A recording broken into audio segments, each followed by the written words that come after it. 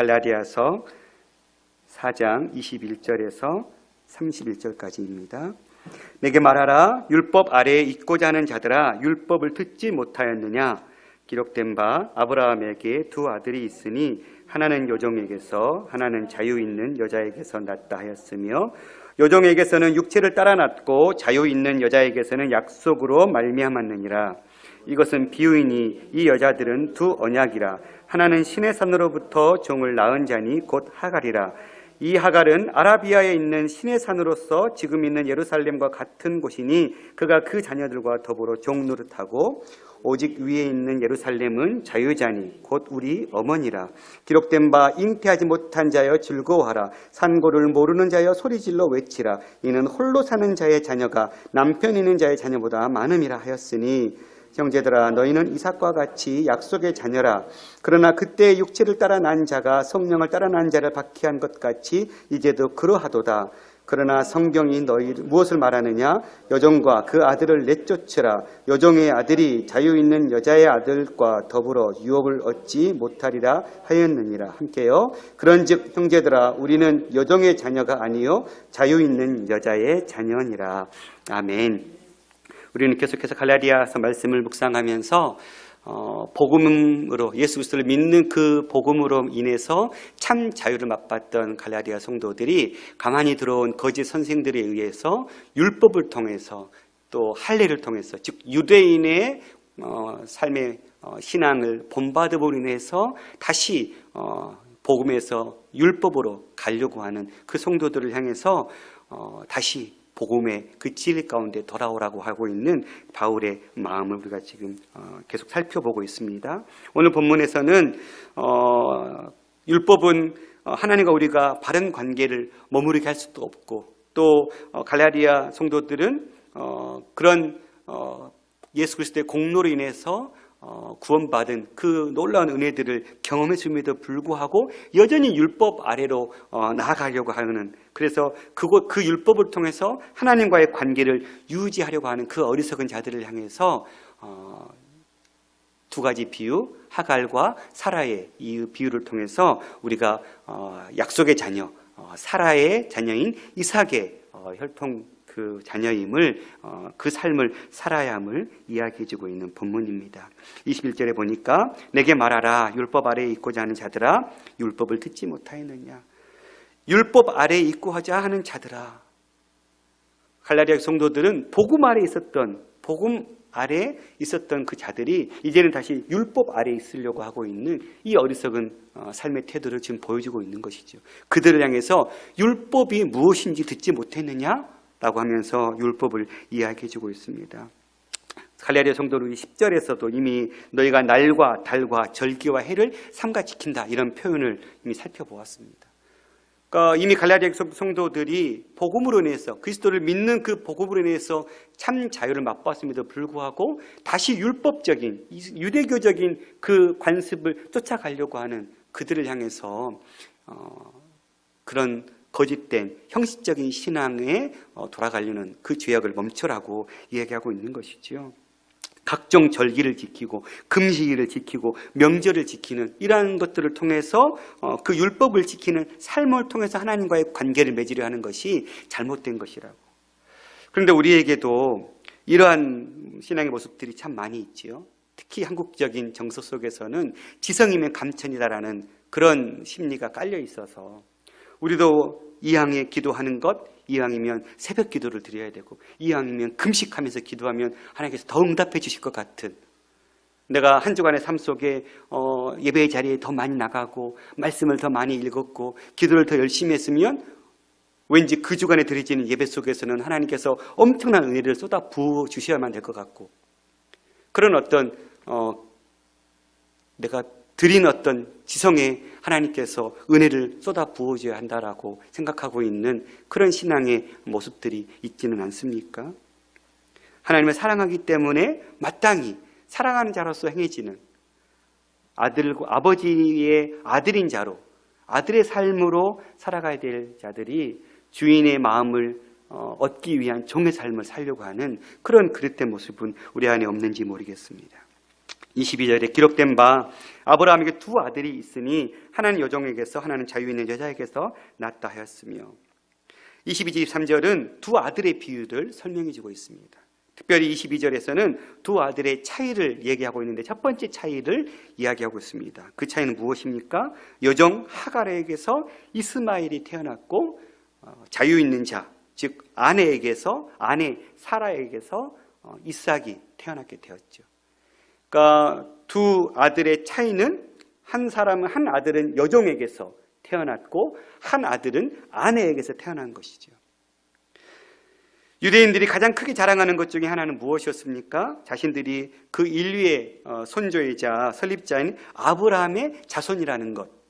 하나님은 아브라함에게 가나안 땅과 또 하늘의 별과 바다의 모래알처럼 많은 후손을 주시겠다고 약속했죠. 그리고 아브라함 및 그 후손과 맺은 이러한 신적 언약 때문에 유대인들은 자신이 하나님의 은혜 안에서 안전하다라고 착각 속에 빠져 있었습니다. 그래서 세례 요한도 당시 유대인들에게 이렇게 말했었죠. 마태복음 3장 9절에 보면 속으로 아브라함이 우리 조상이라고 생각하지 말라. 내가 너에게 이르노니 하나님이 능히 이 돌들로도 아브라함의 자손이 되게 하시리라. 마찬가지로 예수님도 유대인들에게 자신의 말씀 안에 거하면 참으로 자유케 하는 그 진리를 맛보게 될 거라고 말씀하셨던 그 요한복음에 보면 그렇게 진리가 너를 자유롭게 할 거라고 했을 때 그들은 뭐라고 대답했습니까? 나는 남의 종이 된 적이 없거늘 어찌하여 우리가 자유롭게 되리라고 하느냐? 우리는 종 된 적이 없다 라고 얘기하고 있는 것이죠. 그래서 우리 아버지는 아브라함이라고 스스로 착각하고 있는 그들을 향해서 주님은 너희가 아브라함의 자손이면 아브라함이 행한 일들을 할 것이너늘 지금 하나님께 들은 진리를 너희에게 말한 사람인 나를 죽이려 하는도다. 아브라함은 이렇게 하지 아니했다.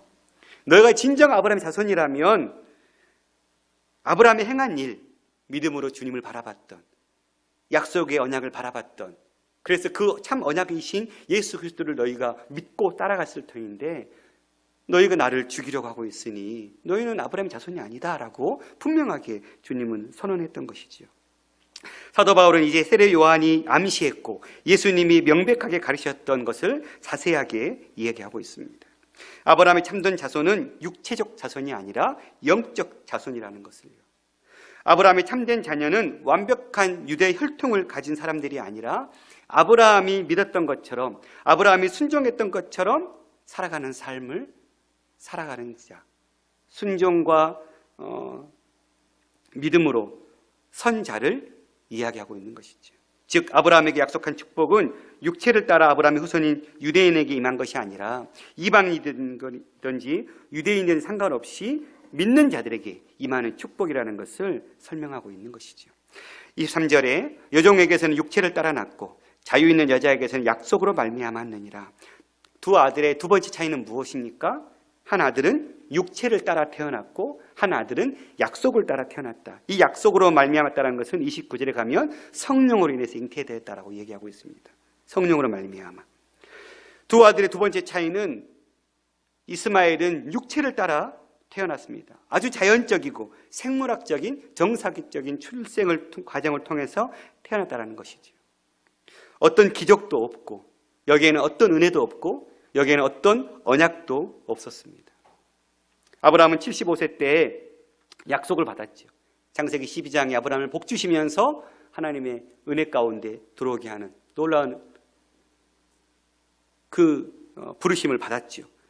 그런데 자녀가 안 생기는 거예요. 그런 엄청난 복을 받았음에도 불구하고 그래서 어떻게 했습니까? 15장에 가면 다메섹 사람 엘리에셀이 자신의 상속자라고 이야기하죠. 그랬더니 하나님은 아니다고 네 몸에서 날 씨가 너의 후손이 될 거라고.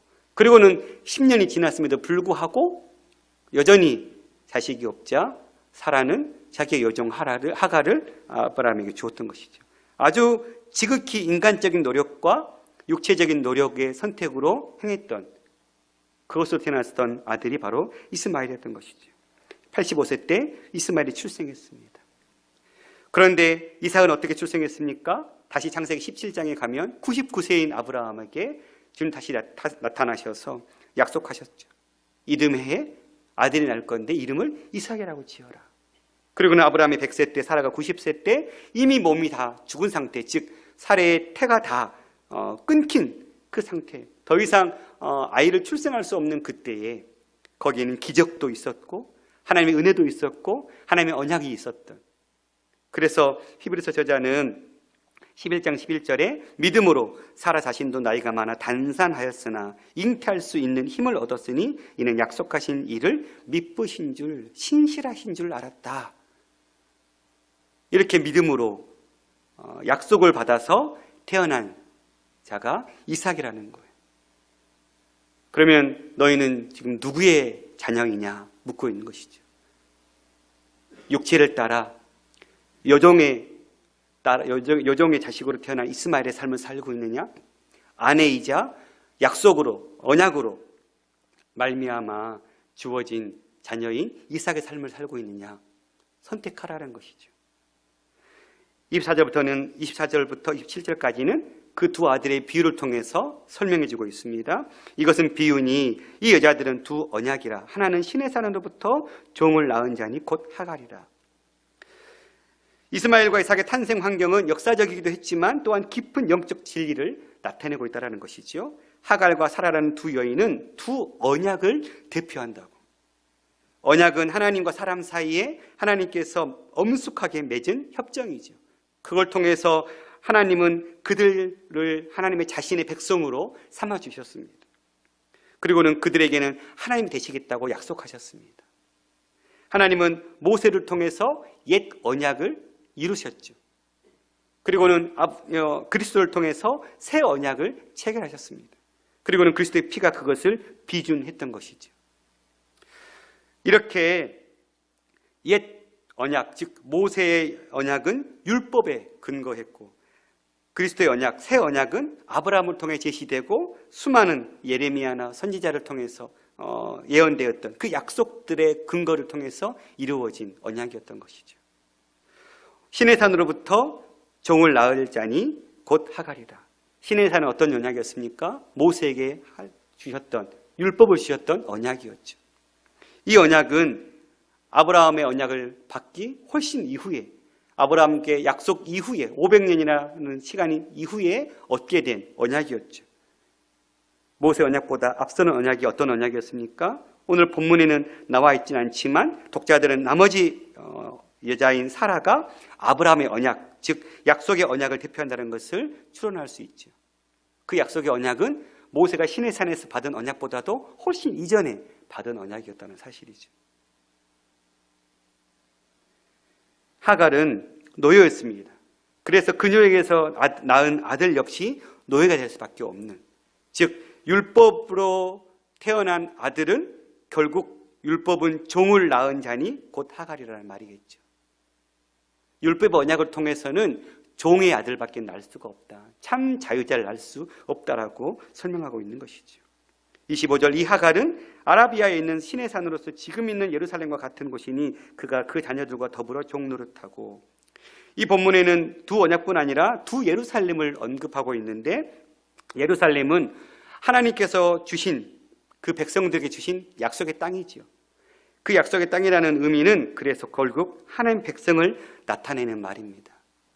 예루살렘은 곧 하나님의 백성입니다. 그런데 이 예루살렘이 두 가지 예루살렘이 있다는 거예요. 이 하나님의 백성이 누구인가? 옛 언약 아래서 하나님의 백성은 유대인이었죠. 하지만 새 언약 아래서 하나님의 백성은 그리스도인들, 즉 신자들입니다. 둘 다 예루살렘이죠. 하지만 첫 번째 예루살렘, 즉 율법을 통해서 옛 언약 아래서 주어진 유대인들은 지금 있는 예루살렘, 즉 지상의 도시인 반면에 하나님의 새로운 언약인 새 언약 위에 세워져 있는, 위에 있는 예루살렘은 앞으로 지어질 새로운 도성, 천상의 예루살렘을 얘기하고 있는 것이죠. 예루살렘에 있는 율법주의자들은 혈통적인 유대인 중에 유대인이고 누구보다도 순수한 사라의 후손임에는 틀림없습니다. 하지만 그들은 율법의 저주를 감당하시고 율법을 완성시킨 그리스도를 영접하지 아니하므로 여전히 율법 아래에 있는 종의 신분을 갖게 되었던 것이에요. 예루살렘과 같은 곳이니 그가 그 자녀들과 더불어 종노릇하고, 그 옛 예루살렘의 삶으로는 종밖에 될 수 없다는 것이죠. 그런데 26절, 오직 위에 있는 예루살렘은 자유자니 곧 우리 어머니라. 26절의 예루살렘은 앞에서 설명했듯이 땅에 있는 예루살렘과 대조를 이루는 천상의 새 예루살렘을 상징합니다. 이곳은 율법에게 종노릇하는 자들을 해방시켜 주신 예수 그리스도께서 통치하시는 영적 예루살렘을 이야기하는 것이죠. 이 예루살렘은 새로운 중보자이신 예수 그리스도를 위해서 현재적으로 이루어지는 거룩한 도성인 예루살렘을 이야기하고 있습니다. 믿음으로 말미암아 그리스도의 세속적 죽음을 받아들이고 그리스도와 연합한 자들은 모든 시대에 걸쳐서 현대적으로 새 예루살렘의 백성이 되고 성령이 친히 이를 증거한다라고 이야기하고 있는 것이죠. 27절, 기록된 바 잉태하지 못한 자여 즐거워하라. 상고를 모르는 자여 소리질러 외치라. 이는 홀로 사는 자의 자녀가 남편 있는 자의 자녀보다 많음이라 하였으니. 바울은 본절에서 이사야 54장 1절 말씀을 인용하고 있습니다. 원래 이 이사야 54장의 말씀은 포로로 끌려간 그 백성들을 향해서 포로 생활 후에 다시 회복될 것이다. 다시 돌아올 것이다. 그때에는 과거보다 더 크게 축복받을 것이다. 이러한 메시지가 담긴 뜻이었습니다. 여기서 말하는 두 여자, 즉 곧 잉태하지 못한 여자와 자녀가 있는 여자는 하갈과 사라를 얘기하는 것이 아니라 유대인을 이야기하는 것이죠. 즉 예언자는 바벨론 포로로 잡혀간 사람들을 이야기하고 있는 것입니다. 바벨론 포로로 끌려간 유대인들을 향해서 너희가 지금은 심판을 받아서 최종적으로 남편에게 버림받은 여인과 같은 그런 상황이 지금 놓여져 있지만, 그러나 이제 하나님께서 돌아오게 하실 때는 그 예전보다도 더 많은 숫자적으로 부흥하게 할 것이다. 그래서 이 약속은 유대인들이 약속의 땅으로 다시 돌아간다 해서는 문자적이고 부분적으로 성취되었어요. 하지만 그 약속은 기독교 교회의 성장을 통해서 진정으로 또 영적으로 성취된다고 바울은 이야기하고 있는 것입니다. 그리스도인들이 진정한 아브라함의 후손이기 때문에 그렇죠. 그러니까 우리가 이렇게 참 이삭의 자녀, 참 약속의 자녀의 삶을 살고, 지금은 우리가 미약하고 연약하지만 하나님께서 허락하시는 그 엄청난 성장의 축복들을 맛볼 것인데 왜 다시 과거로 돌아가려고 하느냐라고 묻고 있는 것이죠. 그러니 28절, 형제들아 너희는 이삭과 같이 약속의 자녀라. 언약의 자손인들인 너희가 유대인의 율법이 종속될 필요가 없다. 너희는 이삭과 같이 자유인이다. 그러니 자유인의 삶을 살라라고. 성도들이 자유로운 신분이고 진정한 자녀로서 누리는 그 모든 권리를 소유할 뿐만 아니라 하나님께서 주시는 그 참된 자유자의 삶을 맛보며 누리며 살아야 된다라고 권면하고 있는 것이죠. 너희가 이삭과 같이 약속의 자녀인데 왜 이스마엘과 같은 자녀의 삶을 살려고 하느냐 묻고 있는 것이죠. 그러나 그때에 육체를 따라 난 자가 성령을 따라 난 자를 박해한 것 같이 이제도 그러하도다. 이스마엘은 창세기 21장 9절에 보면 그가 동생이 할례를 받을 때 비웃었다라고 놀렸다라고 표현을 쓰고 있습니다. 그러니까 이스마엘은 그 어린 이복 동생을 조롱하고 놀렸던 것이지요. 바울은 이것을 핍박이라고 부르고 있어요. 바울은 이제도 그러하도다라는 설명을 부연하면서 마치 형이 동생을 핍박한 사건이 그들의 후손, 즉 이스라엘과 에돔 간의 그 반목을 통해서 재현되었고, 이제는 유대인들, 율법 아래에 있는 그 유대인들이 율법에서 자유케 된 성령 안에서 태어난 즉 그리스도인들을 박해하는 것으로 이야기하고 있습니다. 그래서 바울은 육체를 따라 난 자가 성령을 따라 난 자를 박해한 것 같이 이제도 그러하는데, 너희가 이제는 우리가 그리스도인의 삶을 살기 위해서는 그저 쉬운 삶이 아니라는 것을 이야기하고 있는 것 같아요. 유대인과 같이 삶을 사는 것은 오히려 더 쉽다라는 것. 그런데 너희가 그리스도를 따르는 삶을 사는 것은 세상에서 박해를 받을 수밖에 없는 삶이다. 그런데 나중에 그 삶이 어떤 삶인지는 알려주고 있습니다. 여기서 잠깐 살펴보고 싶은 것은 성령을 따라 난 자. 앞에서 약속을 통해서 태어난 자를 이야기하죠. 모든 진실한 성도는 성령으로 태어나야 진정한 성도가 되는 것이죠. 그래서 성도는 반드시 2번의 출생을 거쳐야 하는 것이죠. 어머니 배에서 그리고 다시 성령을 통해서 한 번 더 거듭나야 합니다. 그래서 예수님은 요한복음 3장 니고데모와의 그 관계 속에서 사람이 어떻게 날 수 있냐고, 2번째 모태에 들어가서 날 수 있냐고 물으시는 그 말씀 앞에 사람이 물과 성령으로 거듭나지 아니하면 하나님 나라에 들어갈 수 없다고, 육으로 난 것은 육이고 영으로 난 것은 영이라고 설명해 주고 있습니다. 성도는 육체를 따라 최선의 노력을 다해도 될 수 없는 일이 있는 줄 알고 하나님의 영이신 성령의 그 은혜를 간구하고 쫓아가는 삶, 그 은혜 안에서 머물러가는 삶을 사는 것이 진정한 삶임을 깨닫고 살아가는 삶을 살아가는 것, 그게 참 성도의 삶이죠. 그래서 로마서 8장 14절에 무릇 하나님의 영으로 인도함 받는 사람은 곧 하나님의 아들이라. 우리는 성령의 인도하심을 받아야 되죠. 그들이 진정 하나님의 아들이에요. 8장 5절 8절에서는 그래서 육신을 따르는 자는 육신의 일을, 영을 따르는 자는 영의 일을 생각하고, 육신의 생각은 사망이고 영의 생각은 생명과 평안이다. 육신의 생각은 하나님과 원수가 되나니 하나님의 법에 굴복하지 않을 뿐만 아니라 할 수도 없다. 육신에 있는 자들은 하나님을 기쁘시게 할 수 없다. 그러니 우리는 어떤 자들입니까? 약속을 따라 태어난 자들, 성령으로 인해서 새롭게 태어난 자, 성도라 불리는 사람들이죠. 그런 자들은 어떤 삶을 살아야 돼요? 성령 안에서 새롭게 하시는 은혜를 맛보고 그 새롭게 하시는 그 성령의 은혜 가운데 살아가는 삶을 살아야 되는 것이죠. 그런데 그 삶이 어떤 삶이라는 거예요? 결코 쉬운 삶은 아니라는 거예요. 박해를 받는 삶이라는 거예요. 그러나 30절 성경이 무엇을 말하느냐? 여정과 그 아들을 내쫓으라. 여정의 아들이 자유 있는 여자의 아들과 더불어 유업을 얻지 못하리라 하였느니라. 너희가 성도의 삶, 성령 안에서 살아가는 삶이 엄청난 박해를 받을 수밖에 없는 삶을 살 것인데, 그러나 그것이 끝이 아니라는 거예요. 끝은 무엇입니까? 오히려 여정과 그 아들을 내쫓으라. 여정의 아들이 자유 있는 여자의 아들과 더불어 유업을 얻지 못한다. 결국 율법을 통해서, 행함을 통해서 구원 얻지 못하고 오직 예수 그리스도를 믿는 복음을 통해서만 구원 얻을 수밖에 없다라고 이야기하고 있는 것이죠. 유대주의자들은 유업을 이을 자가 유대인뿐이라고 믿었기 때문에 이방인들을 핍박했습니다. 그러나 지금 바울은 그들의 입장을 완전히 반전시키고 있는 것이죠. 유업은 그리스도의 대속적 죽음을 믿는 자들에게만 해당될 뿐 아니라 진정한 하나님의 아들이 된 자들에게 주어진 특권이라고 이야기하고 있는 것이죠. 그런즉 형제들아, 우리가 여종의 자녀가 아니요 자유 있는 여자의 자녀라. 3장 4장의 온전한 결론뿐만 아니라 3장 6절에서 9절에 제기했던 누가 진정한 아브라함의 자녀이며 상속자인가에 대한 분명한 정답인 것이죠. 그러니 우리는 자유 있는 여자의 자녀다. 우리는 복음을 통해서 예수 그리스도의 십자가의 은혜를 통해서 구원받은, 상속받을 참 아들이다라고 이야기하고 있는 것입니다. 말씀을 마치겠습니다. 우리가 이 땅에서 성도의 삶을 살면서 우리는 이 성령의 은혜 안에 머무는 삶을 살고 있습니까?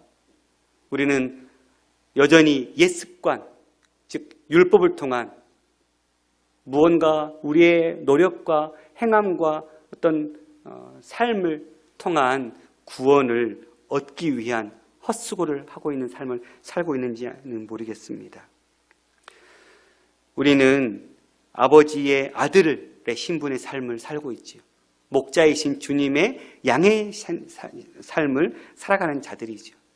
그런데 여전히 주인에게 잘 보이기 위한 종의 삶을 살려고 하고 있지는 않는지, 우리가 지금 드리는 모든 신앙의 모습들이 주인의 마음을 흡족하게 하기 위해서 노력하는 종의 마음으로 하고 있는 것인지, 아니면 아버지를 사랑하는 아들로서 마땅히 하나님의 아버지시니까 그 아버지의 아들로서의 삶을 살기 위해 살다 보니 자연스럽게 나오는 행동인지 우리가 우리의 신앙의 동기를 살펴야 할 줄 믿습니다. 제가 아내와 결혼하기 전에 중국 단기선교를 가기 위한 한 팀이었거든요. 근데 저는 그때 가락동에서 살고 있었고 아내는 강북 보광동에 살고 있었어요. 근데 단기선교를 앞두고 같은 팀이니까 같이 새벽 기도를 하자고. 그래서 새벽 4시에 일어나서 강을 건너서 보광동을 가서 아내를 태우고 양재동에 있는 교회에 와서 새벽 기도를 드리고 아내와 아침밥을 같이 먹고 출근을 시켜주고 저 출근하고 이거를 한 달 넘게 했거든요. 왜 그랬을까요? 사랑하니까요. 사랑하니까 새벽 4시에 일어나는 것이 힘든 일이 아니라 그 새벽에 아내를 만날 걸 생각하면 사랑하는 여자를 만날 걸 생각하면 그냥 기쁨 자체인 거죠. 우리가 하나님 앞에 신앙생활 하는 것, 기도하고 예배하고 말씀을 공부하고 모든 신앙의 행위가 그 출발점이 어디에 있느냐. 하나님을 사랑하기 때문에 하나님이 내 삶의 주관자이시고 주인이시고 온 우주 만물을 통치하시는 그 통치자이기 때문에 그에 합당한 영광과 그에 합당한 그의 아들로서의 삶을 사는 것, 이게 우리의 출발점인지 아니면 하나님께서 주실 무언가를 얻어내기 위한, 주인에게 무언가를 더 얻어내기 위한 그 종의 수고의 마음으로 우리의 신앙의 출발점이 서 있는지를 우리는 돌아보고자 합니다. 우리가 지금 유대인들이 이야기하는 할례를 받는 것도 아니고 유대인들이 이야기하는 율법을 지키는 건 아니지만 우리는 너무 쉽게 우리 안에 이 불순한 동기로부터 출발되는 신앙의 어리석음들이 얼마나 많이 있는 것을 발견하게 되는지 모르겠어요.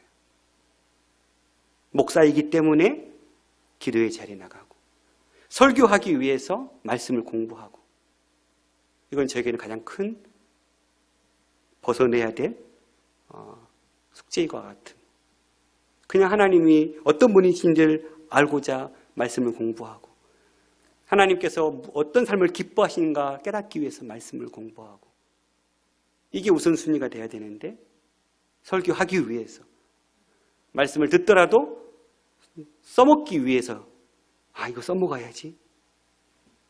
내 안에 있는 이 불순한 동기들 하나님이 그걸 기뻐하실까요? 여러분이 지금 섬기고 여러분이 행하고 있는 모든 신앙의 그 출발점을 한번 고민해 보시기 바랍니다. 무엇 때문에 그 섬김과 그 수고를 감당하고 있는지 정말 하나님의 자녀로서 아들로서 아버지 되신 하나님의 자녀이기 때문에 마땅히 그 삶을 살고자 애쓰고 있는지 아니면 주인의 마음을 흡족하게 하기 위해서 주인에게 뭔가 더 얻어내기 위한 그러한 종의 삶을 살고 있는지 우리가 돌아보기를 간절히 소망합니다.